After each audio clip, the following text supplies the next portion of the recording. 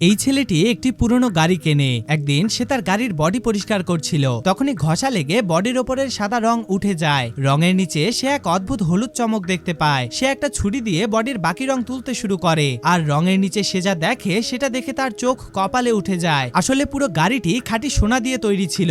সে অবাক হয়ে দাঁড়িয়ে থাকে। সন্দেহ দূর করার জন্য সে বোনেট খুলে ভেতরের অংশ ঘষে দেখে বোনেটের ভেতরটাও সোনায় বোনানো ছিল। কেউ যেন বুঝতে না পারে সেজন্য সে তাড়াতাড়ি একটা ব্রাশ দিয়ে পুরো গাড়ির ওপর আবার সাদা রং করে দেয়। এরপর সে হ্যাকসো ব্লেড দিয়ে এক্সস্ট পাইপের একটা ছোট্ট টুকরো কেটে নেয়। সে টুকরোটি নিয়ে এক জুয়েলারির দোকানে যায়। দোকানদার সেটা পরীক্ষা করে দেখতে পায় যে ওটা আসলেই খাঁটি সোনা। সে পুরো হা হয়ে যায়। দোকানদার তাকে অনেক টাকা দিয়ে দেয় আর বলে এই রকম জিনিস আরো থাকলে নিয়ে আসতে। কিছুদিনের মধ্যেই ছেলেটির জীবন বদলে যায়। তার কাছে অনেক টাকা আসতে শুরু করে। তার প্রাক্তন প্রেমিকা যে তাকে পাত্তা দিত না, সেও আবার তার কাছে ফিরে আসে। কিন্তু বিপদ এখনো বাকি ছিল।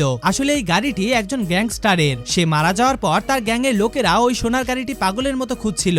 গ্যাংয়ের লোকেরা এক জায়গায় ছেলেটিকে ঘিরে ধরে এবং তার কাছে থাকা সোনার টুকরো দেখতে পায়। ছেলেটি কোনো মতে তাদের হাত থেকে পালিয়ে এক বন্ধুর সাথে দেখা করে। তারা বুঝতে পারে তারা একই বিপদে ফেসে গেছে। তারা এখন একসাথে পালানোর সিদ্ধান্ত নেয়। তারা ওই গাড়িটি নিয়ে পালাতে থাকে, কিন্তু গ্যাংয়ের লোকেরা তাদের পিছু করে এবং অনবরত গুলি চালাতে থাকে। তারা মরুভূমির ভেতরে গিয়ে গাড়ির স্পিড বাড়িয়ে দেয়। এক মারাত্মক গোলার শটের পর তাদের গাড়ি নষ্ট হয়ে যায়, কিন্তু তখনই সিকিউরিটি ফোর্স সেখানে চলে আসে এবং তাদেরকে বাঁচিয়ে নেয়।